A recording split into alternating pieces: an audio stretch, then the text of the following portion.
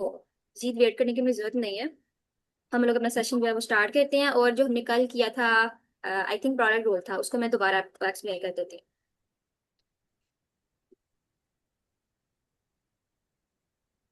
Okay, तो मैं board share करती हूँ, फिर मैं आपसे दोबारा एक्सप्लेन कर देती हूँ कि वो जो पावर रोल था वो हम लोगों ने किस तरह से किया था।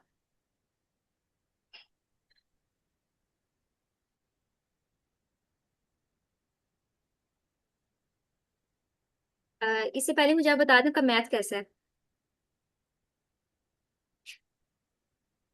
ये समझ आ जाती है ये चीजें सारी। ओके, ठीक है। तो वीक नहीं है, मैं प्रैक्टिस करती ठीक हूँ है, तो हो जाता गुड गुड। चलिए फिर आप मुझे कोई फंक्शन लिखवाएं जिसमें दो फंक्शन इकट्ठे आपस में मल्टीप्लाई हो रहे हो। देन हम लोग उसके ऊपर देखेंगे, इसके ऊपर एक्सपोनेंट जो है वो कैसे यूज हो रहा होता है। कोई भी फंक्शन एग्जांपल, लाइक यार सपोज हमारे पास फंक्शन y है और इसके अंदर दो फंक्शन मल्टीप्लाई हो रहे हैं, वो कौन से फंक्शन हो सकते हैं। है। जैसे कल जो हमने किया था वो था y is equal to x power 4 into x power hmm, cube. X power cube, like हमारे पास ये दो फंक्शन है। एक है हमारे पास x⁴ एंड x⁴।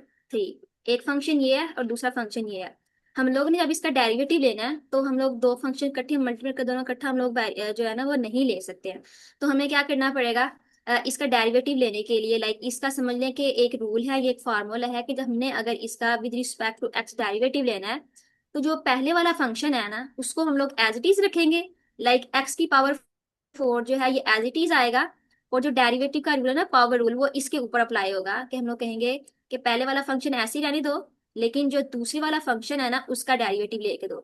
अब हमें पता है कि अगर इस वाले का केले का फंक्शन डेरिवेटिव लेना तो पावर शुरू में आ जाएगी, पावर में देन हम लोग एक काम करेंगे, तो इस x⁴ का डेरिवेटिव आ जाएगा। अब इसका कोई भी डेरिवेटिव हो, लेकिन अगर दो फंक्शन मल्टीप्लाई हो, इसका रूल यही है कि पहले वाला एज इट इज रहेगा, दूसरे वाले का हम लोग डेरिवेटिव लेंगे। देन हमेशा हमने दरम्यान में लगाना है प्लस। फिर जो सेकंड फंक्शन है ना x⁴, ये वाला फंक्शन सेकंड फंक्शन ऐसे ही रहता है। और हम लोग जो डेरिवेटिव लेते हैं ना वो हम लोग पहले वाले का लेते हैं। ओके, ये यहाँ पे मेन समझने वाली बात है कि दो फंक्शन अगर हमारे पास आपस में मल्टीप्लाई हो रहे हो, पहले वाला फंक्शन एज इट इज, दूसरे वाले का डेरिवेटिव, देन दूसरे वाला फंक्शन एज इट इज और पहले वाले का डेरिवेटिव। अब डेरिवेटिव लेना कैसे है, इसका रूल क्या है, ये अलग से पॉइंट है।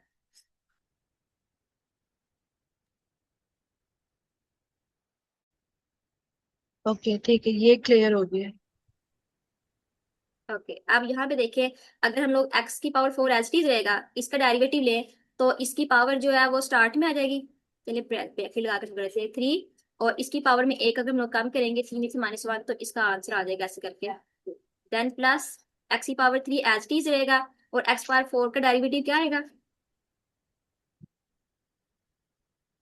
4 into x cube. Hmm, okay, जी बिल्कुल ऐसे ही।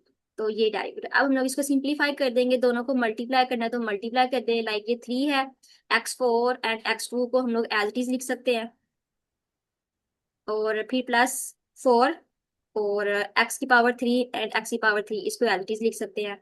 अब इससे आगे की कहानी जो है वो हमारे ऊपर डिपेंड कर रही होती है कि हमने इसकी पावर्स को प्लस करना है, तो ये 3x⁴ हो जाएगा। इसको करेंगे तो ये भी 4x⁴ हो जाएगा। ओके, तो 4 और 3 ये तकरीबन 7, और x⁴ ये एज इट इज ऐसे भी आ सकता है।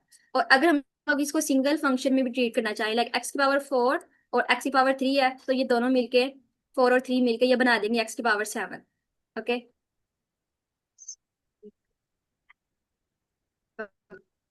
सॉरी, ये सब हो गया। हम लोग इसको इधर से कर देते हैं बस। Okay. चलिए खैर कोई बात नहीं, यहाँ पे x⁴ आ जाएगा। अब हम लोग इस सिंगल वाले का डेरिवेटिव लें तो पावर शुरू में और पावर में फर्दर कमी करेंगे, तो इसका आंसर भी 7x⁴ आएगा। तो ये रूल जो है वो इस तरह से काम कर रहा है। ओके लेकिन ठीक यहाँ है। पे तो ये था ना x⁴ एंड x⁴, हमारे पास दो फंक्शन ऐसे भी आ सकती हैं जो दोनों आपस में उसके साथ मैच ही नहीं कर रहे।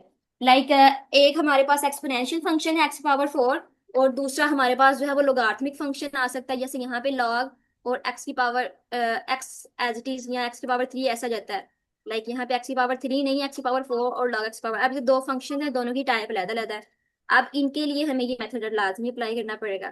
तो अगर हमारे पास दो फंक्शन मल्टीप्लाई हो रहे हैं तो उनका रूल ये है कि पहले वाला एज इट इज, दूसरे वाला डेरिवेटिव, देन दूसरे वाला एज इट इज और पहले वाले का डेरिवेटिव। और अगर ये कहानी देखी जाए कि ट्रिग्नोमेट्रिक फंक्शंस होते हैं हमारे पास, लोगारिथमिक फंक्शंस होते हैं, इनवर्स फंक्शंस होते हैं, उन सब का जो डेरिवेटिव लेने का मेथड है ना वो अलग अलग है। हमने ये सिर्फ एक्सपोनेंशियल फंक्शन का डेरिवेटिव लिया है। और ये जो आपने भी बताया कि ये लोगरिथमिक हम्म। फंक्शन भी मल्टीप्लाई हो सकता है, तो हम्म। ये डीप लर्निंग में आती है ये चीजें? लोगारिथमिक फंक्शन जो डीप लर्निंग के अंदर आता है, लॉग का हमें डेरिवेटिव लेना पड़ता है। जब हम लोग लॉस फंक्शन को देखेंगे ना, तो लॉस फंक्शन का जो फार्मूला है ना उसके अंदर हमारे पास लॉग लेना पड़ता है हमें। तो उसकी भी हमें डेरिवेशन पूरी करनी है, वो नेक्स्ट वीक से हम लोग इंशाल्लाह स्टार्ट करेंगे। फिर आप देखेंगे लॉग फंक्शन जो है उसका डेरिवेटिव कैसे लेते हैं। अभी मैं आपको बता देती हूँ, अगर लॉग का हमने डेरिवेटिव लेना है तो उसका जो है वो हम लोग कैसे ले सकते हैं। लॉग का डेरिवेटिव लेना बहुत ज्यादा आसान है, वो इतना कोई मुश्किल काम नहीं है। सिर्फ हमने क्या करना होता है, उसकी पावर को हमने ओवर में ले जाना होता है, लाइक उसकी फ्रैक्शन बना देनी होती है। फॉर इंस्टेंस अगर हमारे पास एक फंक्शन है y is equal to log x, ये हमारे पास फंक्शन है लॉग, सॉरी लॉग और एक्स। अगर मुझे इसका डेरिवेटिव लेना है तो ये ऐसे आ जाएगा dy/dx, और लॉग एक्स का डेरिवेटिव जो है ये ओवर में चला जाएगा, लाइक 1/x। सिंपल, ये इसका डेरिवेटिव है। लॉग फंक्शन डेरिवेटिव इतना सा होता है। डीप लर्निंग के अंदर सिर्फ एक्सपोनेंशियल फंक्शंस और ये लोगारिथमिक फंक्शन यूज होंगे, बाकी जो साइन कॉस थीटा वाले ट्रिग्नोमेट्रिक फंक्शंस हैं वो फंक्शन यूज नहीं होंगे। इनवर्स फंक्शन जो है ना वो भी यूज होंगे, लेकिन वो ट्रिग्नोमेट्रिक के नहीं, एक्सपोनेंशियल के ही inverse function. Like let suppose अगर मैं कह लेती हूँ कि मेरे पास एक फंक्शन है y is equal to 1/x⁻³ तो ये अब मेरे पास एक इनवर्स फंक्शन है। अभी हमने जो पहले किया था उसके अंदर अगर हम लोग देख लें कि ये x = 3, ये एक फंक्शन है, तो इस फंक्शन का इनवर्स फंक्शन जो है ये 1/x⁻³ है। अब मुझे इसका डेरिवेटिव लेना है तो ये पावर की ये रूल होता है कि ये पावर ऊपर जाके जो है ये माइनस हो सकती है। तो सेम जो है ये काम बिल्कुल फिर इसी तरह रिपीट करेगा कि इसमें पावर के साथ माइनस आता जाएगा सिर्फ, और पावर जो है इसमें एक कम होने की बजाय एक ज्यादा होती जाएगी। लाइक अगर इसका ले डेरिवेटिव तो -3 या -3 स्टार्ट में आ जाएगा एंड देन एक्स, और हमें पता है कि हमने पावर के अंदर एक काम करना होता है तो ये ऑलरेडी माइनस लिखा हुआ है, तो माइनस के अंदर से -1 करेंगे तो ये हमें आंसर देगा -3 और एक्स की पावर -4। अब अगर इसकी पावर को अगेन हम लोग प्लस करना चाहते हैं तो ये -3 ऊपर रहेगा और एक्स की पावर 4 को नीचे लेके जाएंगे तो ये पावर जो है 4 हो जाएगी। ये इस तरह से जो इनवर्स फंक्शन है ये काम करते हैं। कि inverse function same as it is exponential functions की तरह ही होता है, सिर्फ इसमें जो पावर है ना वो माइनस में चली जाती है। ओके जी सर, अहमद कामिल सर, कासम, कसम अली आई थिंक, या कासम। आपको समझ है डेरिवेटिव्स की, या अगर कोई आपको क्वेश्चन है तो आप पूछ सकते हैं। हमारे फोर्थ का टाइटल है mathematical foundation of deep learning. तो डीप लर्निंग के अंदर जो मैथमेटिक्स यूज होती है हम लोग इस सेशन के अंदर वो सारी चीजें कवर कर रहे हैं। एंड देन लास्ट पे हम लोग एक न्यूरॉन या न्यूरल नेटवर्क जो होता है उसको हम लोग ट्रेन करके देखेंगे कि ये सारी चीजें कैसे वहां पे जो है फिट होती है और कैसे यूज होती है। Okay good sir Ahmad. Sir Qasim या कसम।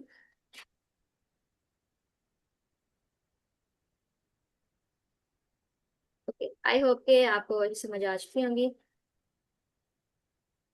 अच्छा, और मैं मेरा एक क्वेश्चन है कि हम लोग को जी जब जी। डेरिवेटिव लेना है तो हम लोग को कैसे पता लग रहा हम्म। होता है कि मतलब हमने अब यहाँ पर एडिशन रूल लगाना है या सब्ट्रैक्शन रूल या जो मल्टीप्लिकेशन रूल है? मैम यहाँ पे जो बैकएंड पे काम हो रहा था ना, हम लोग उस काम को सिर्फ समझ रहे हैं, अदरवाइज हमें ये करने की कैसे हो रहा है कैसे नहीं हो रहा है उसी को करने की समझने की जरूरत नहीं है। हमें सिर्फ ये पता होना चाहिए कि मैथमेटिक्स के बिहाइंड जो है वो किस तरह से काम कर रही है। लाइक न्यूरल नेटवर्क जो है वो इतने ज्यादा अच्छे हैं कि जब हम लोग उनको ट्रेन करते हैं तो वो खुद ब खुद ही जो है वो चीजों को एनालाइज कर रहे होते हैं। अगर मैं आपको दिखाऊं तो मुझे बताइए आपकी स्क्रीन नजर आ रही है। जी। ओके। अच्छा। यहाँ पे आपको न्यूरल नेटवर्क का पेज नजर आ रहा है। नहीं। ओके ठीक है, मुझे दोबारा शेयर करने दें, मैं भी नजर आएगा।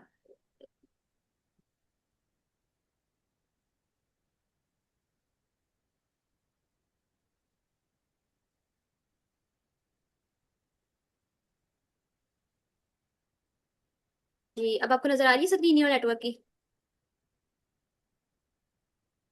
जी अब आ रही है। ओके।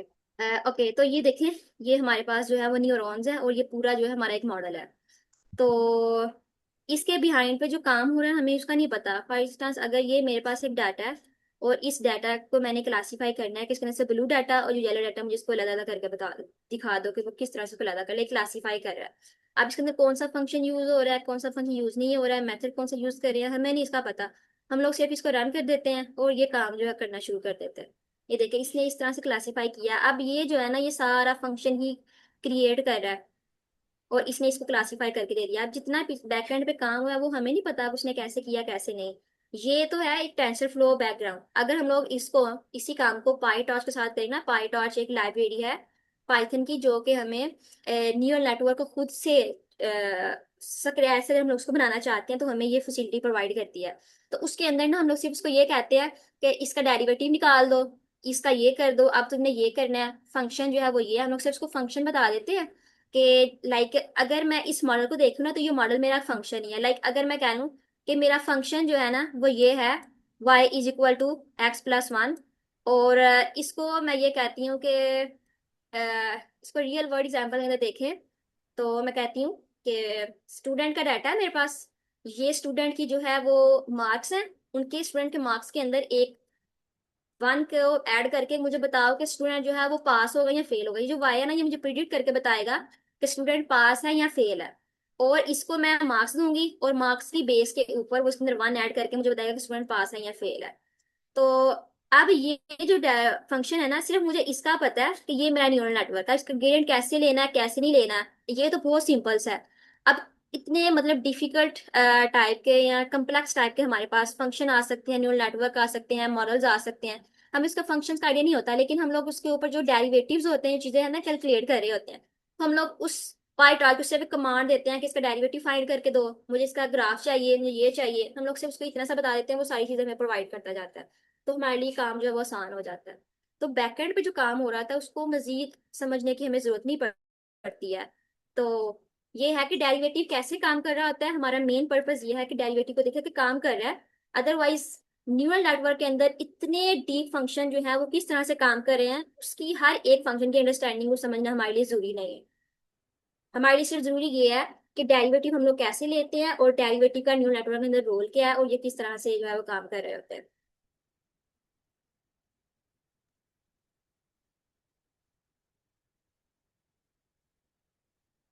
जी मैम, समी, अभी आपको क्वेश्चन है तो? ये बस सब क्लियर। ओके, ठीक है। तो डेरिवेटिव हमारे कवर हो चुके हैं। देन हम लोग नेक्स्ट चलते हैं पार्शियल डेरिवेटिव के ऊपर। कि पार्शियल डेरिवेटिव जो है वो हम लोग कैसे लेते हैं और इनकी जरूरत हमें क्यों पड़ती है। पार्शियल मतलब बाय पार्ट्स। अगर हमारा एक फंक्शन है जिसकी इनपुट्स जो है वो एक से ज्यादा है, या फिर ये कि उसके पैरामीटर जो है वो एक से ज्यादा है, एक से ज्यादा चीजों के ऊपर डिपेंड कर रहा है, तो वहां पे हमें डेरिवेटिव नहीं, वहां पे हमें पार्शियल डेरिवेटिव जो है ना उसको लेने की जरूरत पड़ती है।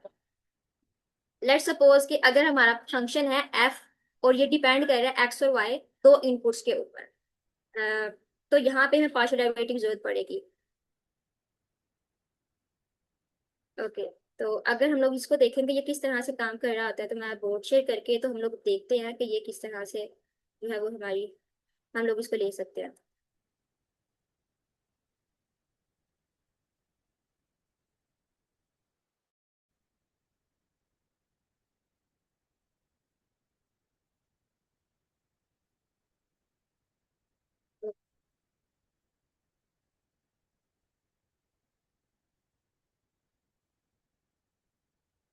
ओके, तो लेट्स सपोज कि हमारे पास अब एक फंक्शन है y इज इक्वल टू, ये दो इनपुट के ऊपर डिपेंड कर रहा है। लेट्स सपोज कि एक इनपुट को हम लोग कह देते हैं x1 है, और दूसरी इनपुट जो है वो हमारे पास x2 है। इसी तरह हमारे पास इनपुट्स की वैल्यू जो है ना वो बहुत ज्यादा भी हो सकती है। हम लोग सह लेते हैं कि एक मेरा फंक्शन है 3x1, और दूसरा ये जिसके ऊपर डिपेंड कर रहा है वो इस तरह से है 4x और 2। अब यहाँ पे मेरे पास x1 और x2 है। जब हम लोग इसका डेरिवेटिव लेंगे, तो इसका डेरिवेटिव हम लोग सिर्फ विद रिस्पेक्ट टू x नहीं ले सकते हैं। एक दफा हमें इसका derivative with respect to x1 लेना पड़ेगा, और दूसरी दफा जो है हमें इसका डेरिवेटिव जो है विद रिस्पेक्ट टू x2 लेना पड़ेगा। और फिर लास्ट पे जाके हम दोनों इन दोनों को ऐड कर देंगे बाय यूजिंग चेन रूल। तो इस तरह से जो पार्शियल डेरिवेटिव है ना वो काम कर रहे होते हैं कि पार्शियल बाय पार्ट्स जितने भी इसके अंदर इनपुट्स हैं उन सब इनपुट्स के अकॉर्डिंग हम लोग जो है इन सब का डेरिवेटिव ले लें। तो लेट्स सपोज कि अगर मैं इस फंक्शन का डेरिवेटिव जो है विद रिस्पेक्ट टू x1 लेती हूँ, अगर इसका रिस्पेक्ट टू एक्स मान लेती हूँ तो इसके अकॉर्डिंग x1 के अकॉर्डिंग ये जो वैल्यू है ना ये वाली वैल्यू कांस्टेंट है। और कल हमने देखा था कि कांस्टेंट का डेरिवेटिव क्या आता है। जीरो।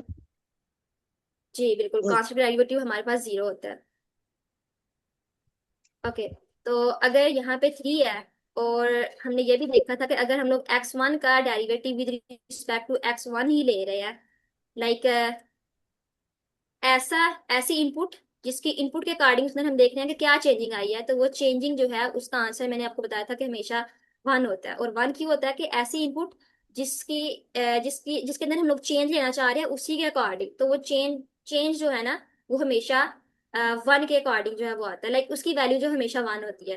तो इसकी अगर हम लोग इसका डेरिवेटिव लेंगे 4 और x2 का डेरिवेटिव, तो लेट्स सपोज 4 तो जो है ये हमारे पास उसका लाइक लीनियर स्केलर मल्टीपल है। तो x2 का अगर हम लोग डेरिवेटिव लेंगे विद रिस्पेक्ट टू x1, तो ये हमें आंसर क्या देगा, यहाँ पे 3 आ जाएगा। x1 के अकॉर्डिंग लिया तो इसका आंसर 1।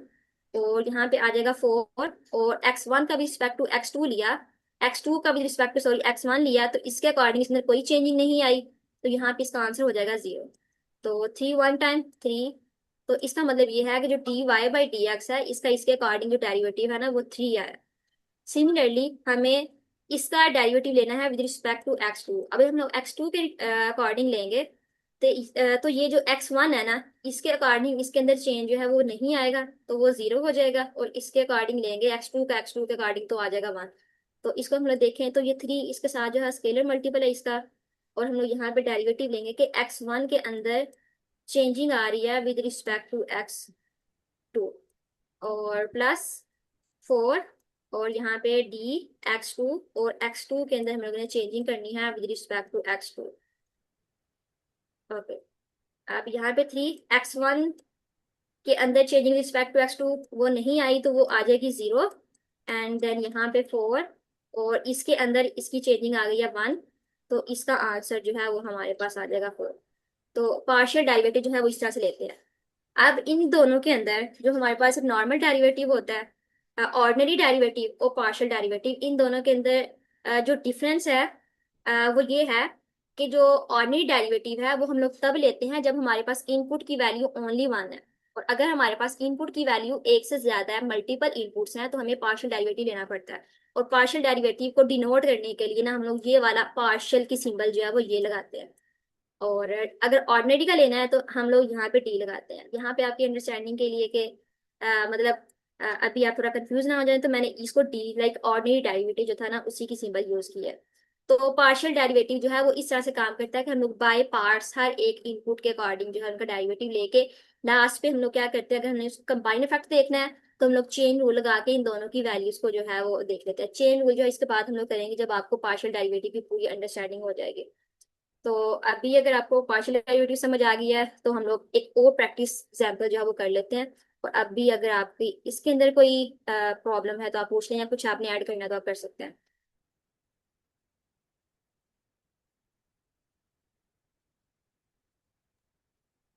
ये क्लियर है। ओके। और किसी का कोई क्वेश्चन या कुछ आप ऐड करना चाहें तो।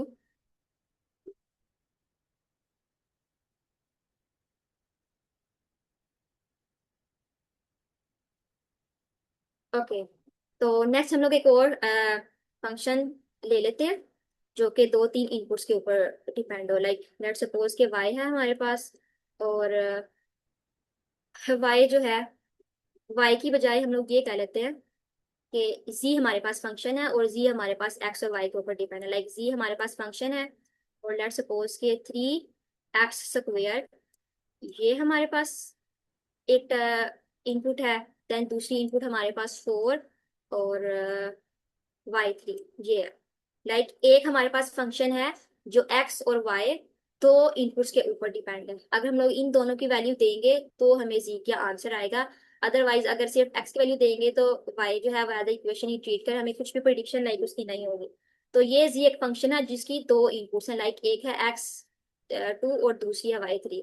तो अगर हम लोगों ने इसका पार्शियल डेरिवेटिव लेना, लाइक अगर मुझे जी का डेरिवेटिव लेना है विद रिस्पेक्ट टू एक्स, तो इसको कैसे लेंगे? इसको लिखेंगे कि हम लोग पार्शियल डेरिवेटिव, ये पार्शियल की सिंबल है इस तरह से, पार्शियल डेरिवेटिव ले रहे हैं जेड का with respect to x.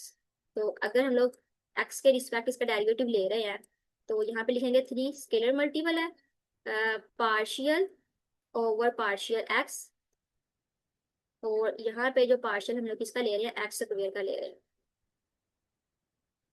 Okay next four, और यहाँ पे हम लोग लिखेंगे कि partial partial over partial x, और हम लोग किसका डेरिवेटिव ले रहे हैं, वाई थ्री का ले रहे हैं विद रिस्पेक्ट टू एक्स। अगर हम लोग इसका डेरिवेटिव लें तो एक्स स्क्वायर का डेरिवेटिव कैसे आता है कि पावर स्टार्ट में आ जाती है टू, और पावर में एक कम करें तो यहाँ पे आ जाएगा टू एक्स, दोनों को मल्टीप्लाई करें तो यहाँ पे ये आ जाएगा सिक्स और एक्स। ये इसका पार्शियल डेरिवेटिव जो है वो आ गया। पार्शियल जी का विद रिस्पेक्ट टू एक्स के अकॉर्डिंग जो डेरिवेटिव है वो हमारे पास सिक्स एक्स आ गया। अब सिमिलरली अगर हम लोग पार्शियल जी लाइक जी का डेरिवेटिव लेना चाहते हैं विद रिस्पेक्ट टू वाई, तो हमें सेम काम जो है वो करना पड़ेगा। हम लोग क्या करेंगे, लिखेंगे partial g over partial y, then यहाँ पे लिखेंगे three partial over partial y, y के रिस्पेक्ट हम लोग डेरिवेटिव ले रहे हैं एक्स स्क्वेयर का, एंड देन यहाँ पे लिखा फोर और पार्शियल ओवर पार्शियल वाई, और यहाँ पे आ जाएगा वाई थ्री। अब हम लोग इसका भी डेरिवेटिव लेंगे पार्शियल एक्स स्क्वायर का रिस्पेक्ट टू वाई, तो ये जीरो आ जाएगा, मतलब ये टर्म हमारे पास इंक्लूड ही नहीं होगी। इसका डेरिवेटिव लेंगे तो ये आ जाएगा फोर, और इसका लिया तो ये आ जाएगा थ्री पावर स्टार्ट में, और पावर में एक कम करेंगे तो वाई का आ जाएगा वाई स्क्वायर। अब इन दोनों को मल्टीप्लाई करें तो ये आ जाएगा ट्वेल्व और वाई का स्क्वायर। तो पार्शियल डेरिवेटिव जो है वो इस तरह से ले सकते हैं। अब अगर इसके अंदर कोई और टर्म ऐड हो जाती है, लाइक लेट्स सपोज के ट्वेल्व डी स्क्वेयर ऐड हो जाता है, या कुछ और टर्म्स ऐड हो जाती है, ये सारी इनपुट्स के तौर पर काम करेंगी, तो इन सब का हमें अलग अलग जो है वो डेरिवेटिव लेना पड़ेगा। जी इसकी समझ आ गई आपको? मैम ये जो हमने मतलब ऑपोजिट जिसका डेरिवेटिव लिया, मतलब जैसे एक्स का लिया तो हम्म हमने वाई को जीरो कर दिया, तो हम्म ये एक दफा समझा दें कि वाई को क्यों जीरो किया। हम्म ओके सर ये है कि एक्स जो है ना वो एक्स के ऊपर डिपेंड है, और लाइक ये समझ लें कि जब हम लोग ग्राफ बनाते हैं, ये अगर मेरा ग्राफ है और यहाँ पे मेरे पास एक्स की वैल्यू होती है, यहाँ पे मेरे पास होती है वाई की वैल्यू, ये हमारे पास थ्री डी है, लाइक स्पेस के अंदर है। और स्पेस को अभी हम लोग ऐसे अगर मैं करना चाहूँ तो हम लोग इसको ऑब्जर्व नहीं कर सकते। आप यहाँ पे ये समझ लें कि मेरे पास जेड है और मेरे पास सिर्फ और सिर्फ एक्स है, मेरे पास वाई नहीं है, ठीक है। या फिर आप ये समझ लें कि मेरे पास ये ग्राफ है y is equal to x square, ये समझ लें कि ये मेरे पास एक फंक्शन है टू डी, ताकि इसको यहाँ पे हम लोग अच्छे से इसका ग्राफ समझ सकें। अब अगर मैं इसका ग्राफ बनाऊंगी ना तो इसमें ये आएगा कि अगर x की वैल्यू मैं चेंज कर रही हूँ तो y के अंदर क्या चेंजिंग आ रही है। डेरिवेटिव हमें चेंज बताता है कि अगर हम लोग एक वैल्यू को डिपेंडेंट और इंडिपेंडेंट, ये वैल्यूज होती हैं कि जो x है ना ये हमारे पास इंडिपेंडेंट है और y की वैल्यू इसके ऊपर डिपेंड कर रही होती है। लाइक x की जो भी मैं वैल्यू दूंगी y की वैल्यू इसके अकॉर्डिंग आएगी। अगर x की वैल्यू रखूंगी वन तो y का आंसर यहाँ पे आएगा वन, x की वैल्यू टू तो y की वैल्यू आएगी फोर। तो मतलब ये इसके ऊपर डिपेंड कर रही है। अब ये डिपेंड कर रही है तो इसका मतलब ये है कि अगर मैंने एक्स के अंदर कोई चेंजिंग की है तो वाई के अंदर कितना चेंज आया ये डेरिवेटिव हमें बता रहा होता है। तो अगर हम लोग यहाँ पे देखें एक्स और वाई को, तो हम लोग वाई थ्री का डेरिवेटिव ले रहे हैं विद रिस्पेक्ट टू एक्स, लेकिन ये फंक्शन जो है ना इसके ऊपर लाइक जो हम लोग डेरिवेटिव ले चेंज हम लोग कैलकुलेट करना चाह रहे हैं वो विद रिस्पेक्ट टू एक्स है। तो एक्स के रिस्पेक्ट हम लोग यहाँ पे फिर ये देखेंगे अगर हम लोग एक्स को चेंज कर रहे हैं तो एक्स के अंदर कितनी चेंजिंग की है कि फंक्शन की वैल्यू जो वो चेंज हो रही है।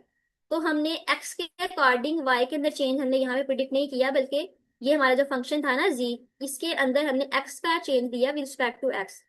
तो यहाँ पे एक्स के रिस्पेक्ट वाई थ्री के अंदर चेंज ही नहीं आया कोई भी, तो इस वजह से इसकी वैल्यू जीरो के इसके अंदर कोई चेंज नहीं आया।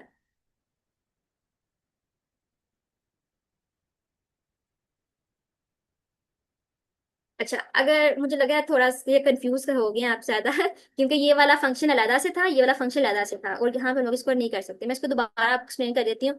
मुझे यहाँ बता दें कि इस रूल की आपको समझ आ गई है कि हम लोग किस तरह से करते हैं। बाकी जो कांस्टेंट है, इसमें चेंजिंग नहीं आ रही, कैसे नहीं आ रही, क्यों नहीं आ रही, इसका आंसर मैं आपको दोबारा कर देती हूँ ये वाला बोर्ड साफ करके। ये मुझे बता दें, आपको इसकी समझ आ गई है कि हम लोग किस तरह से, किस मेथड के साथ पार्शियल डेरिवेटिव लेते हैं। जी जी, वो तो समझ आ रही है कि पार्शियल डेरिवेटिव मतलब कैसे हो। ओके ओके ओके, तो फिर ये देखें, ये समझिए कि मेरे पास y is equal to x square, ये मेरे पास जो है एक फंक्शन है। इस फंक्शन का अब मैं यहाँ पे अगर ग्राफ बनाती हूँ ना, तो वो इस तरह से ग्राफ आएगा, इस तरह से। और ये ग्राफ क्या बता रहा है कि अगर x की वैल्यू मैं कुछ भी रखती हूँ, x की वैल्यू 1 तो y की वैल्यू 1, x की वैल्यू 2 तो y की वैल्यू 4। ये बता रहा है कि x की वैल्यूज की वजह से y के अंदर कितना चेंज आया। ये ग्राफ जो है ना हमें इस तरह से बता रहा होता है। अब अगर इसका मैं डेरिवेटिव लेती हूँ ना, लाइक डी वाई का डेरिवेटिव लेती हूँ विद रिस्पेक्ट टू एक्स, तो ये जो चेंज इसके अंदर आएगा ना, वो इसके अंदर चेंज आ जाएगा, इसकी डेरिवेटिव आ जाएगा 2 और एक्स। और ये जो कर्व है ना, इसके ऊपर यहाँ पे हर एक पॉइंट के ऊपर इस तरह से ना ये लाइंस ड्रा करता जाएगा।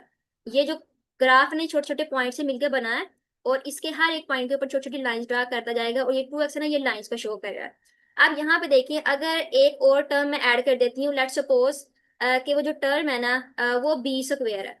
अब यहाँ पे देखें, अगर इसका डेरिवेटिव मैं ले रही हूँ विद रिस्पेक्ट टू एक्स, यहाँ पे तो बी स्क्वेयर जो है, अगर यहाँ पे कोई वैल्यू या वहां पे कोई वैल्यू है, अब एक्स के अंदर मैंने चेंजिंग की है, तो वाई के ऊपर तो कोई फर्क ही नहीं पड़ा। लाइक ये समझने के वाई का ग्राफ यहाँ पे इधर बना हुआ है, एक्स के अंदर चेंजिंग वजह से तो चेंज वाई के अंदर आ रहा है ना, इसके अंदर तो चेंज नहीं आ रहा। तो ये जो चीज है ना, ये हमें डेरिवेटिव को शो कर रही होती है, और इसके अंदर चेंज नहीं आया, तो इस वजह से हम लोग यहाँ पे कहते हैं कि इसका अगर डेरिवेटिव लेंगे ना, तो वो जीरो आएगा, क्योंकि इसके अंदर इसके रिस्पेक्ट चेंज नहीं आया।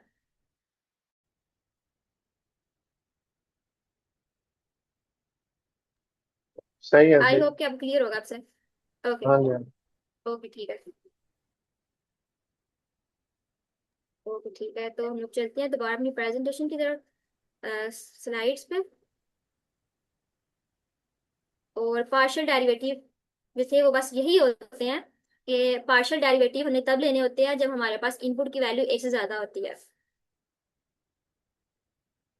अब नेक्स्ट है ग्रेडियंट, क्या होते हैं, the direction of steepest ascent. तो ग्रेडियंट जो है वो डेरिवेटिव का ही दूसरा नाम है, कि डेरिवेटिव को दूसरे लफ्जों में हम लोग ग्रेडियंट ही कहते हैं, कि ये एक वेक्टर होता है जो कलेक्ट करते हैं all partial derivative of function, one for each input value, के जितने भी हम लोगों ने पार्शियल डेरिवेटिव लिए हैं, उन सारे पार्शियल डेरिवेटिव को अगर हम लोग प्लस करके एक ही इनपुट की तरह ट्रीट करें, तो वो हमें ग्रेडियंट देता है। लाइक अगर वो हमने पीछे पार्शियल डेरिवेटिव निकाले थे with respect to x and with respect to y, तो उन सारे पार्शियल डेरिवेटिव को, लाइक वो आया था, एक आया था 6x, एक आया था 12x, इन सारी वैल्यूज को हम लोग एक ही फंक्शन के अंदर रखेंगे, तो ये जो है ये हमारे पास ग्रेडियंट का काम करते हैं। और पार्शियल डेरिवेटिव के बाद जो नेक्स्ट हमारा स्टेप था, वो था चेन रूल। कि चेन रूल क्या काम करता है। चेन रूल क्या करता है, ये हमारे पास डॉट्स को कनेक्ट करता है, कि जितने भी हमने पार्शियल डेरिवेटिव निकाले हैं, उन सारे डेरिवेटिव्स को अगर हम लोग आपस में इकट्ठा कर देंगे, तो उनका जो कंबाइंड इफेक्ट होगा वो हम लोग चेन रूल के साथ निकाल सकते हैं। मिनट में ये ओके, यही चेन रूल है कि कनेक्ट करता है ऑल द डॉट्स, कि जितने भी हमने पार्शियल डेरिवेटिव निकाले हैं, उन सारे पार्शियल डेरिवेटिव को अगर हम लोग इकट्ठा करते हैं, और हम लोग देखते हैं कि जो हमारा ओवरऑल फंक्शन था उसके ऊपर क्या इफेक्ट पड़ा है, तो इसको हम लोग चेन रूल कहते हैं। तो चेन रूल को समझने के लिए फिर हम लोग दोबारा देख लेते हैं इसको, चेन रूल जो है वो किस तरह से काम करता है। मैम ये ग्रेडियंट और फिर चेन रूल एक ही नहीं हुआ, क्योंकि वो भी इकट्ठे कर रहा है पॉइंट्स और ये भी। नहीं नहीं, जो ग्रेडियंट है वो सबको प्लस करके दिखा रहा होता है, लेकिन जो चेन रूल होता है ना, वो उनका कंबाइंड इफेक्ट दिखा रहा होता है। लाइक जो ग्रेडियंट है ना, वो सबको प्लस करके दिखा रहा था, कि हर फंक्शन का जो किस तरह, एक ये हमारा फंक्शन था z इज इक्वल टू, ये हमने फंक्शन रखा था z is equal to, I think 3x square था, एंड देन 4y3 था। अगर इसके पार्शियल डेरिवेटिव ले हैं, तो इन सबका इकट्ठा इफेक्ट जो आया था, लाइक वो 6x प्लस 12, इन सबको इकट्ठा करके दिखा रहा होता है जो ग्रेडियंट होता है। आई डोंट नो कि यहाँ पे क्या आया था, लेकिन जो चेन रूल होता है ना उसका फार्मूला थोड़ा चेंज होता है, और वो मैं आपको बताती हूँ कि वो किस तरह से है।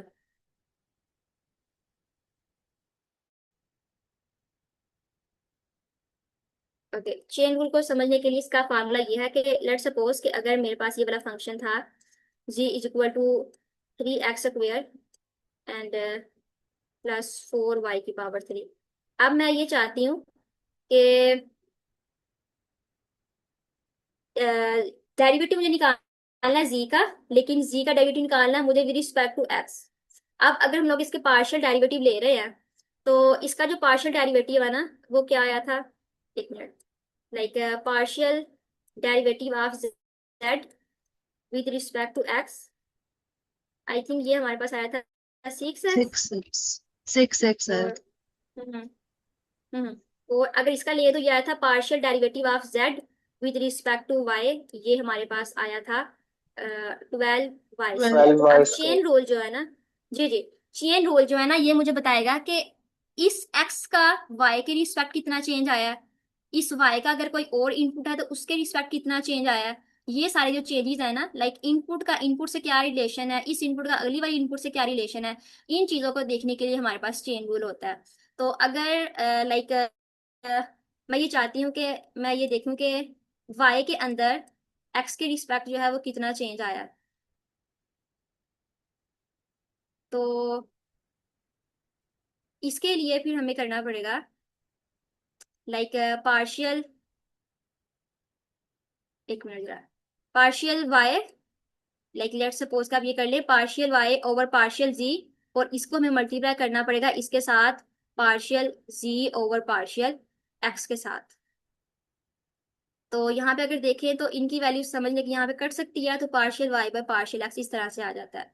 और इनकी वैल्यू को अगर हम लोग रखें तो partial z over partial y है, लेकिन यहाँ पे हमने पार्शियल y और पार्शियल z रखा है, तो इनकी वैल्यू को हमें ऊपर नीचे करना पड़ेगा। लाइक अगर ये 12 1/3 है तो हम इसको फ्रैक्शन के नीचे ले जाएंगे, तो ये हो जाएगा 12y⁴, और इसके साथ जो है वो हम लोग मल्टीप्लाई कर देंगे इस 6x को। तो ये बता रहा होता है चेन रूल, हमें ये बता रहा होता है कि एक इनपुट के रिलेटेड दूसरी इनपुट के अंदर क्या चेंज होना है। मैम ये 12y² नहीं होगा? हाँ, 12y² था, यस, ये 12y² था।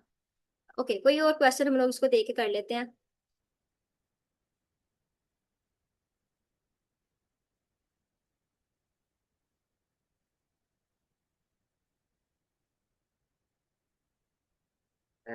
आई थिंक थोड़ा सा यहाँ पे कंसेप्ट थोड़ा मिसमैच कर दिया हमने। ये समझे कि अगर मेरे पास एक फंक्शन है लेट्स सपोज z, और z फंक्शन जो है, सॉरी z फंक्शन नहीं, हम लोग यहाँ पे लेते हैं x function, sorry y function.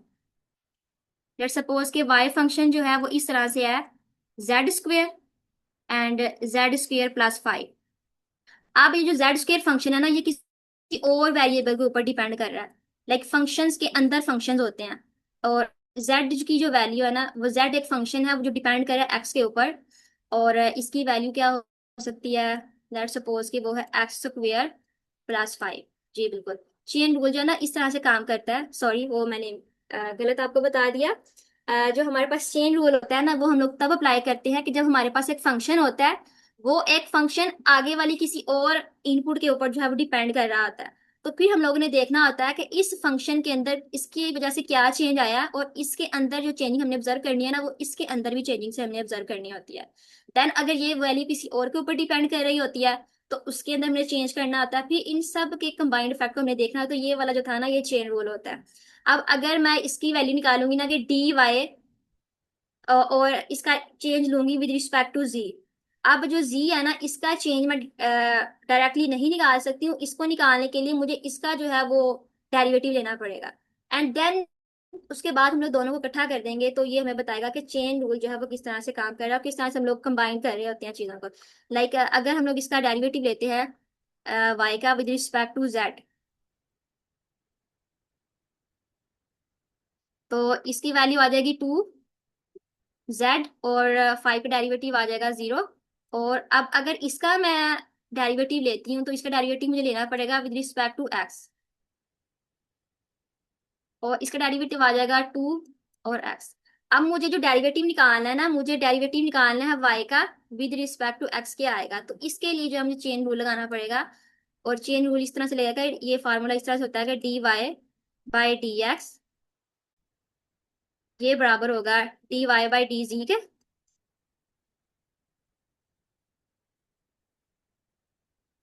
और इसके साथ हमें इसका जो रेसिप्रोकल है, लाइक डी एक्स को ऊपर और डी जी को नीचे लेना पड़ेगा। इसके साथ हम लोग मल्टीप्लाई करेंगे, ये हो जाएगा D x by d ji. Okay, इसकी वैल्यू जो है वो 2z है, इसकी वैल्यू जो है वो 2x है, तो इसको हमने ओवर के नीचे लेके जाना है, तो ये हो जाएगा 2x। और इन दोनों को अगर हम लोग करेंगे तो इसका आंसर 2z ओवर 2x इस तरह से आएगा।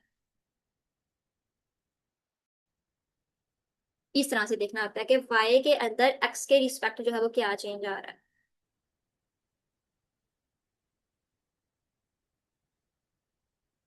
तो चेन रूल जो है वो हमें ये बताता है। मैम ये रिपीट कर दें कि ये जो चेन रूल आपने करवाया है नीचे। ओके, चेन रूल जो है समझ लें एज अ चेन बनी होती है कि हमारे पास एक फंक्शन है, वो एक फंक्शन किसी और के ऊपर डिपेंड कर रहा है, वो जो आगे वाला फंक्शन है वो किसी और इनपुट के ऊपर डिपेंड कर रहा है, वो आगे वाला फंक्शन जो है वो किसी और के ऊपर डिपेंड कर रहा है। तो मतलब इतने ज्यादा हमारे पास फंक्शन है और सारा फंक्शन एक दूसरे के ऊपर डिपेंड कर रहे हैं। तो अगर मुझे लास्ट वाला फंक्शन जो है उसके रिस्पेक्ट फर्स्ट वाले के अंदर चेंज चाहिए, तो उसके लिए मुझे चेन रूल यूज करना पड़ेगा कि अगर ये y वाला फंक्शन है, मुझे इसके अंदर चेंज चाहिए x के रिस्पेक्ट, तो इसका डेरिवेटिव लेके मुझे इसका भी डेरिवेटिव लेना पड़ेगा, देन उसको कंबाइन करना पड़ेगा। कंबाइन करने के लिए हम लोग क्या करते हैं, लाइक इसका रिस्पेक्ट जो इसके अंदर फंक्शन हो रहा है उसके रिस्पेक्ट इसका चेंज लेंगे, डेरिवेटिव लेंगे।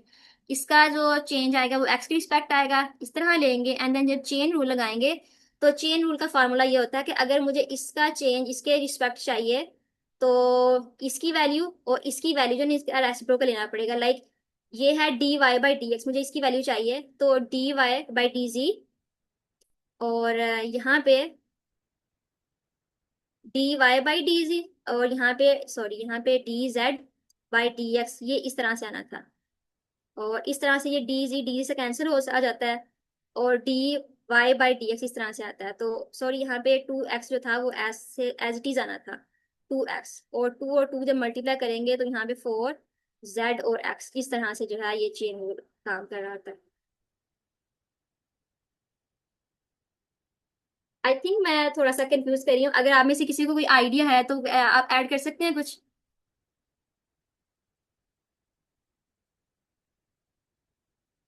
जी सर, उजैर यूसुफ।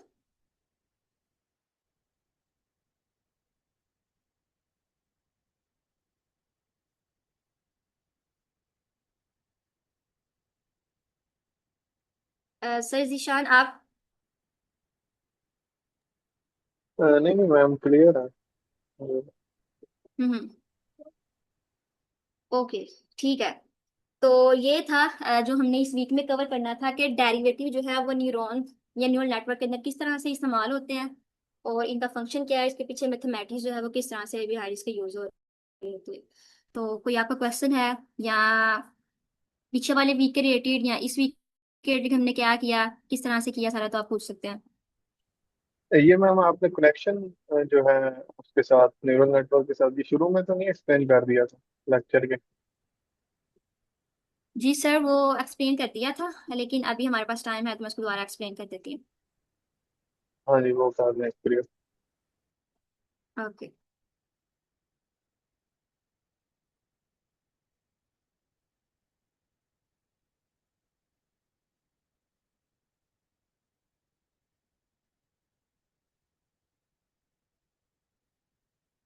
ओके, तो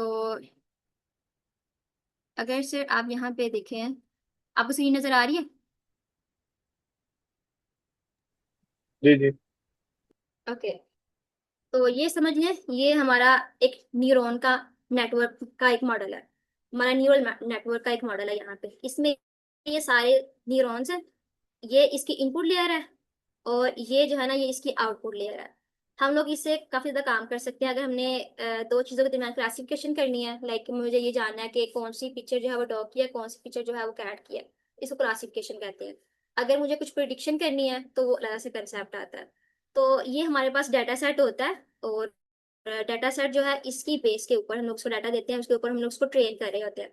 जब हम लोग फॉरवर्ड करते हैं ना, तो ये जो हमारे पास होती हैं इनपुट्स, ये इनपुट्स इनपुट्स जो है एज अ मैट्रिक्स होती हैं, और ये जो है ये हमारे वेट्स होते हैं। जब ये दोनों मल्टीप्लाई होते हैं, मल्टीप्लाई होके ये हमारे पास एक फंक्शन बनाते हैं, ये समझ ले कोई ना कोई हमें आउटपुट देते हैं, और ये जो आउटपुट होती है फिर अगले वाले न्यूरॉन के लिए हमारे पास एज अ इनपुट काम करती है। और ये जो न्यूरॉन्स है ना, ये इन डेप्थ के अंदर जाके चीजों को, लाइक कॉम्प्लेक्सिटी के अंदर जाके चीजों को ऑब्जर्व करते हैं, हर चीज को देख के, ताकि हमारी जो आउटपुट है वो बहुत अच्छी आए। उन चीजों को लाइक ऑब्जर्व करने के लिए यूज होते हैं। अब इसके अंदर चाहे तो हम लोग मजीद जो है लेयर्स ऐड कर सकते हैं, जितनी लेयर हम लोग ऐड करते जाएंगे उतना जो है वो हमारा मॉडल जो है वो एक्यूरेटली काम करता जाता है। अब यहाँ पे ये एक लेयर है, इस लेयर के अंदर भी मैं जितने न्यूरॉन्स चाहूँ वो ऐड कर सकती हूँ।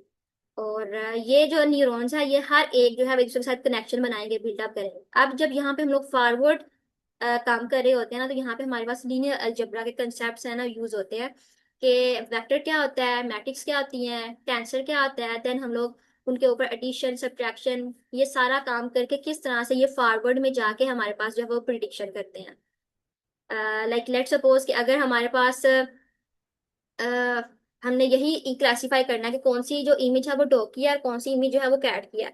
अब इमेजेस डॉग की और कैट की दोनों के फीचर्स होंगे कि उनकी आईज का कलर ये होना चाहिए, इनके बालों का कलर ये होना चाहिए, इनकी टेल इस तरह से होनी चाहिए, इस तरह से उनकी आंखों के फीचर्स हों तो वो कैट की होगी, इस तरह से हो तो डॉग की होगी। मतलब हर चीज जो है ना, इस चीज को हम लोग यहाँ पे एज अ इनपुट जो है वो देंगे, और इस इनपुट को हम लोग फीचर कहते हैं। आप ये जो फीचर्स होते हैं ना इनको हम लोग चेंज नहीं कर सकते। यहाँ पे जो वेट्स होते हैं ना जिनके साथ हमने इनको मल्टीप्लाई करना होता है, उनको हम लोग चेंज कर सकते हैं। लेकिन जब हम लोग फॉरवर्ड में काम कर रहे होते हैं ना, फॉरवर्ड में सिर्फ हमारे पास मल्टीप्लिकेशन हो रही होती है और लीनियर अलजेब्रा जो है वो यूज हो रही होती है। और जब हमारे पास एक दफा मॉडल लाइक यहाँ पे हम लोग इसको स्टार्ट करते हैं, ये हमारे पास एक स्टेप, दो स्टेप, तीसरा स्टेप, इस तरह से इतने स्टेप्स चलते रहते हैं। ये फॉरवर्ड में जाता है और देन हमारे पास यही काम जो है ये बैकवर्ड पे होता है, और फॉरवर्ड बैकवर्ड फॉरवर्ड बैकवर्ड इस तरह से मॉडल जो है वो ऑब्जर्व करता है चीजों को, खुद को ट्रेन करता है। देन हम लोग क्या करते हैं, हम लोग इसको एक इमेज देते हैं कैट की, या उसको एक इमेज देते हैं डॉग की, जो उसके लिए बिल्कुल न्यू होती है, उसको नहीं पता होता, लेकिन उसको हमने ट्रेनिंग के दौरान नहीं दी होती।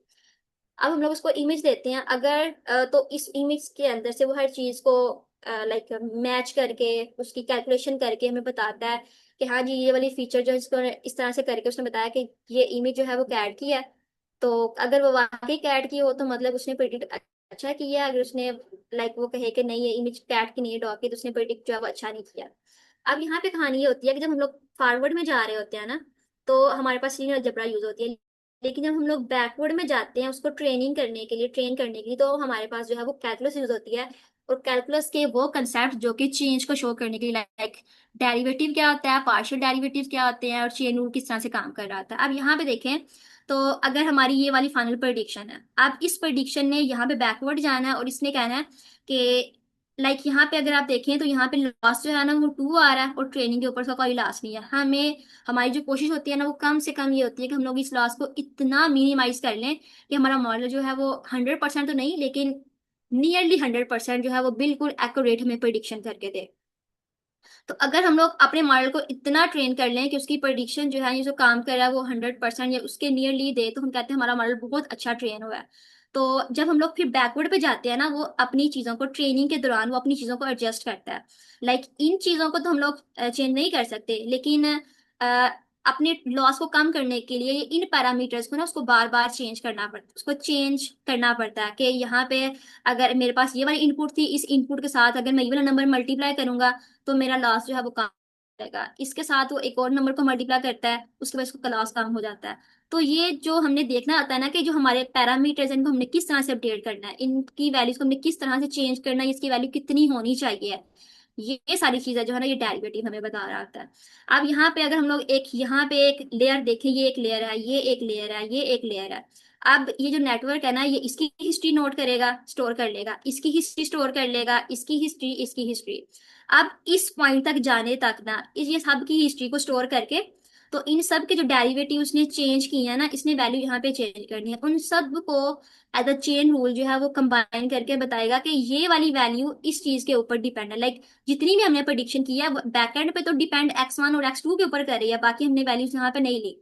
तो इनके रिलेटेड जो है, इनके अकॉर्डिंग हमें डेरिवेटिव चाहिए। तो इस तरह से ये इनके अकॉर्डिंग चेन रूल करते करते जो है वो वैल्यूज को अपडेट करेगा, और इस तरह से बी ए फॉरवर्ड दोबारा से कहानी शुरू हो जाएगी। लाइक एक प्रोसेस जो है ना फॉरवर्ड एंड बैकवर्ड, इसका एक जो है ना चक्कर कंप्लीट होगा, देन ये दोबारा से वैल्यूज को चेंज करेगा, दोबारा से वैल्यूज को जो है वो कैलकुलेट करेगा, कंप्यूटेशन करेगा, और हमें एक प्रेडिक्शन देगा। फिर अगर लॉस जो है वो बहुत ज्यादा आ रहा है, उस लॉस को कम करने के लिए दोबारा से ये बैकवर्ड जो है अपनी सारा काम करेगा। फिर उसने देखा कि नहीं, अभी तो लॉस अभी भी ज्यादा है, लाइक जो लॉस है ना बहुत छोटी वैल्यू साथ, यहाँ पे ये लिखा हुआ लर्निंग रेट। तो हम लोग जो मॉडल को लर्न करवा रहे होते हैं ना, तो हमारी कोशिश होती है कि उसको छोटे छोटे स्टेप के साथ लर्न करवाएं, क्योंकि अगर हम लोग उसको बड़े स्टेप्स के साथ करवाते हैं तो वो अ, दो तीन दफा या इस तरह खत्म करके ना तो खत्म हो जाता है, लाइक वो मजीद जो हमें हमारी वैल्यू जो वो अपडेट करके नहीं देता। लेकिन जब हम लोग उसको ऐसा डेटा देते हैं जो कि जिसका उसको नहीं पता, उसके ऊपर वैल्यू जो हमें गलत देता जाता है, लाइक मॉडल हमारा अच्छे से ट्रेन नहीं होता। अगर हम लोग चाहते हैं कि हमारा मॉडल बहुत अच्छे से ट्रेन हो, तो इसकी वैल्यू जितनी हम लोग कम रखेंगे, अब यहाँ पे देखिए, अगर हम लोग वैल्यू 0.00001 समथिंग रखते हैं, इतनी छोटी वैल्यू को जब हम लोग के लिए जब हम लोग इसको ट्रेन करेंगे, इसको चलाएंगे, तो ये क्या करेगा, उतनी वैल्यूज या उतनी स्टेप्स ही ज्यादा लेगा। यहाँ पे हम लोग अपनी मर्जी के साथ, यहाँ पे तो हम लोग नहीं कर सकते जितना हम लोग चाहें कर सकते हैं, लेकिन अगर हम लोग यही काम पाई टॉर्च के साथ करें, तो पाई टॉर्च जो है उसके अंदर हम लोग यहाँ पे सजेस्ट कर सकते हैं इसको 500 टाइम रन करना है, 1000 टाइम रन करना है, जितना हम लोग चाहें इसको कर सकते हैं। तो इस तरह से सारी कहानी न्यूरल नेटवर्क की ये काम कर रही होती है। अब यहाँ पे जब हम लोग काम करते हैं ना, यहाँ पे हमारे पास फंक्शन जो है ना ये लीनियर होते हैं। इन फंक्शन के अंदर अगर हमें नॉन लीनियरिटी ऐड करनी होती है, तो हमें यहाँ पे ये वाले जो एक्टिवेशन फंक्शंस है ना, इनको हमें अप्लाई करना पड़ता है। ये रीलू फंक्शन है, ये टेन हाइपरबोलिक और सिग्मॉइड फंक्शन, ये क्या करते हैं, हमारे डाटा के अंदर नॉन लीनियरिटी ऐड करते हैं। लाइक अगर हमारा डाटा बहुत स्ट्रेट फॉरवर्ड है कि सिर्फ और सिर्फ उसने, लाइक हमारे डाटा ने टेल देखी कि उसकी शेप ये है, उसकी शेप ये है, उसने कहा टेल देख के उसने बता दिया कि जी बस ठीक है, अगर टेल ऐसी होगी तो ये रैट होगी, टेल ऐसी होगी तो डॉग होगा। लेकिन इसके अलावा जो फंक्शन या दूसरे फीचर जो है वो कर रहे होते हैं, लाइक आंखों का कलर, बालों का कलर, नेक किस तरह होनी चाहिए उसकी, ये वाली बॉडी शेप इस तरह से होनी चाहिए। तो ये जो कम्प्लेक्सिटी जो है ना इस चीज को जिसने ऑब्जर्व करना होता है, ये नॉन लिनियरिटीज को कहते हैं। तो इस चीज को हम लोगों ने ऑब्जर्व करने के लिए ये रीलू, टेन हाइपरबोलिक और सिग्मॉइड फंक्शन, ये तीन फंक्शन जो है ये हम लोग ऐड कर रहे होते हैं। तो जब हम लोग ये ऐड करते हैं तो इन डेप्थ में जाके वो हर चीज को प्रॉपरली ऑब्जर्व करता है, फिर पैरामीटर्स को बार बार अपडेट करता है कि नहीं यहाँ पे ये वाली चेंज करो, यहाँ पे ये वाली चेंज करो। अब बैक एंड पे जो काम कर रहा होता है ना, ये जो वैसे कहते हैं जो हिडन लेयर्स हैं, इनको कहते हैं कि ये डीप लर्निंग के ब्लैक बॉक्स है। हमें नहीं पता यहाँ पे क्या काम हो रहा है क्या नहीं, लेकिन वो हमारी नीड के अकॉर्डिंग या हमारी जिस तरह से हम लोग चाहते हैं उस तरह से हमें जो है वो आंसर प्रोवाइड कर रहा होता है। तो आजकल जो ज्यादातर काम है डीप लर्निंग के अंदर वो यही है कि डीप हिडन लेयर्स के अंदर किस तरह से काम कर हो रहा होता है। तो ये सारी कहानी न्यूरल नेटवर्क की। और इस वीक में हम लोगों ने डेरिवेटिव ही जो थे वो कवर किए हैं, कि जब हम लोग बैकवर्ड पे जाते हैं, फॉरवर्ड में हम लोगों ने जो हमारा था वीक वन उसके अंदर कवर किया था लीनियर अलजेब्रा को। हम लोग बैकवर्ड में काम करने के हम लोग कैलकुलस को जो है वो ऑब्जर्व कर रहे हैं कि कैलकुलस के अंदर derivative, partial derivative, chain rule जो वो किस तरह से काम करते हैं। ओके ओके मैम, तो ये मैम इसका कोड वगैरह भी करेंगे या बस ये थ्योरेटिकल मैथ होगी? बिल्कुल सर, हम लोग कोड करेंगे। लास्ट वीक में हम लोगों ने पहले 4 दिन उसकी जो थी वो बाय हैंड सारे क्वेश्चंस को लाइक उसकी अंडरस्टैंडिंग की थी, और फ्राइडे वाले दिन हम लोगों ने उसका कोड किया था।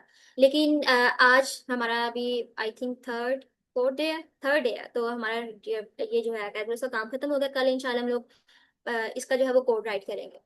और फिर वहां पे हम लोग ये यहाँ पे तो हमें हमारे पास टेंसर फ्लो बैकग्राउंड है ना, इसने हमें खुद ही एक मॉडल दे दिया हुआ है। लेकिन अगर हम लोग अपने हिसाब से अपना मॉडल जो है वो ठीक करना चाहते तो फिर हम लोग पाईटार्ट यूज करनी पड़ती है। इंशाल्लाह हम लोग उसके साथ जो है वो काम करेंगे। खुद हम लोग कोड राइट करेंगे, खुद अपना नेटवर्क जो है न्यूरल नेटवर्क है उसको हम लोग खुद बनाएंगे।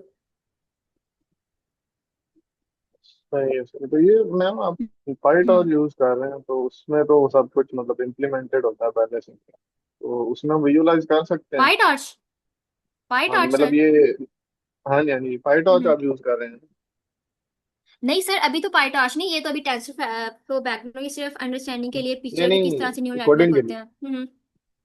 कोड जब आप कोडिंग के लिखते लिए हैं तो बिल्कुल हम पाइट लोग और पाई नहीं लिखते? टॉर्च, बिल्कुल हम लोग पाई टॉर्च उसके अंदर ऑलरेडी बने बनाए फंक्शन, लाइक जिस तरह ग्रेडियंट कैसे कैलकुलेट करते हैं डेरिवेटिव, लाइक वो ऑलरेडी सिर्फ हम लोग उसका फंक्शन लगाएंगे, वो हमें खुद ब खुद कैलकुलेट करके दे देगा।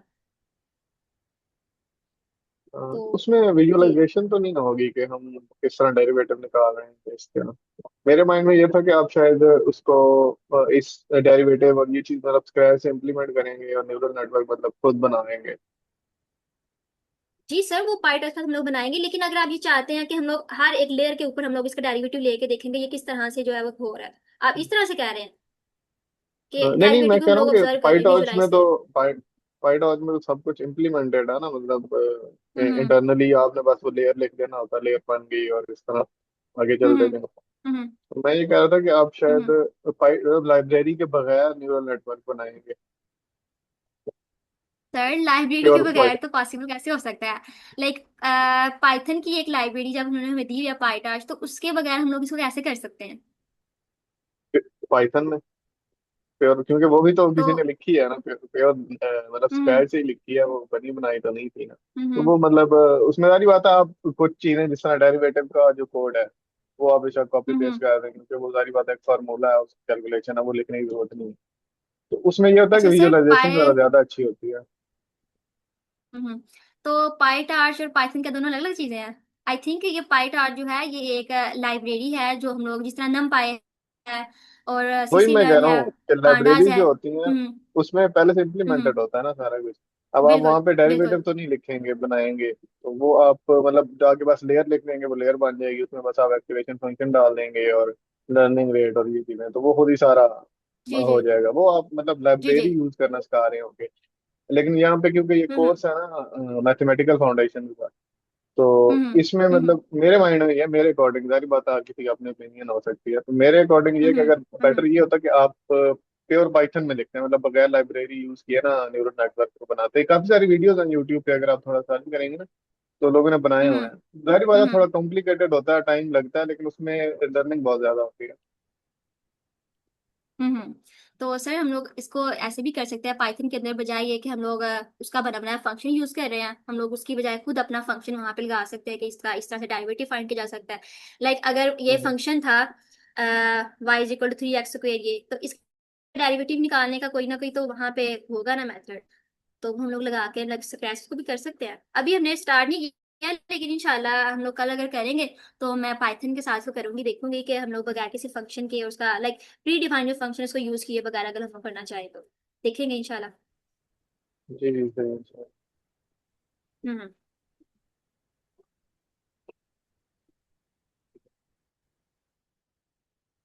ओके जी, किसी और मैडम जी मेरी सर तरफ से है। एक सजेशन है। जी वो ये जी कि सर। पहले इनिशियली तो हम जरा थोड़ा, क्योंकि मेरा इतना बैकग्राउंड नहीं है कोडिंग का, तो अगर शुरू में जिस तरह पाइट आरसी की इम्प्लीमेंटेशन करके और फिर हम उसको बाद में इतनी एडवांस यानी इतनी डीपर उस पे जाएं। सर हमने इसको बाय हैंड पहले लाइक देखा है कि डेरिवेटिव कैसे निकाले जाते हैं किस तरह से, बाय हैंड हमने इसको किया है। देन हम लोग उसके बाद उसका कोड जो है वो करेंगे। ठीक है मैम। अच्छा मैडम, काइंडली एक चीज आपसे मैं पूछना चाहती हम्म। थी, ये जो अगर एक ओवरऑल आप ओवरव्यू दे दें कि पूरा जो ये 6 वीक प्रोग्राम है इसमें क्या क्या कहाँ तक हम जाएंगे। सर डीप लर्निंग के अंदर जो मैथ कंसेप्ट हैं वो एक लीनियर अलजेब्रा कंसेप्ट है, मैट्रिक्स वेक्टर टेंसर ये किस तरह से इनके ऊपर ऑपरेशन किस तरह से परफॉर्म होते हैं, ये किस तरह से डीप लर्निंग में काम होते हैं, एक हमने वीक 1 में ये किया है। वीक 2 में हमने कैलकुलस के डेरिवेटिव्स जो है किस तरह से डीप लर्निंग के अंदर काम कर रहे होते हैं ये हमने देखना है। देन नेक्स्ट वीक में हमने ये जो एक्टिवेशन फंक्शंस होते हैं ये किस तरह से काम कर रहे थे इन सबको एक्सप्लोर करना है।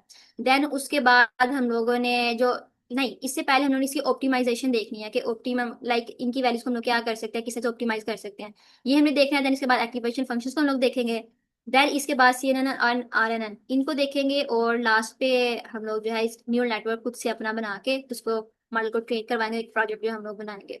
इस तरह से हमारा 6 वीक का प्लान है ये वाला।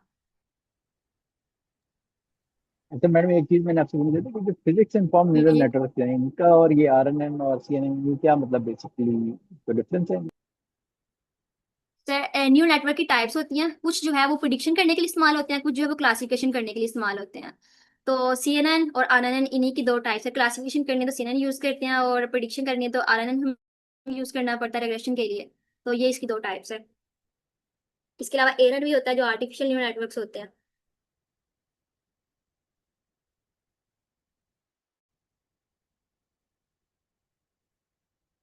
ओके, हमारा टाइम का मीटिंग एंड हो गया, so thank you so much for joining. तो मिलते हैं कल के सेशन में, और हम लोग कल जो है फिर हम लोग पॉइंट अच्छा इसको हम लोग ऑब्जर्व करेंगे किस तरह से न्यू नेटवर्क हम लोग बना सकते हैं और किस तरह हम लोग डेरिवेटिव जो कैलकुलेट कर सकते हैं। ओके, अल्लाह हाफिज। हाँ। अल्लाह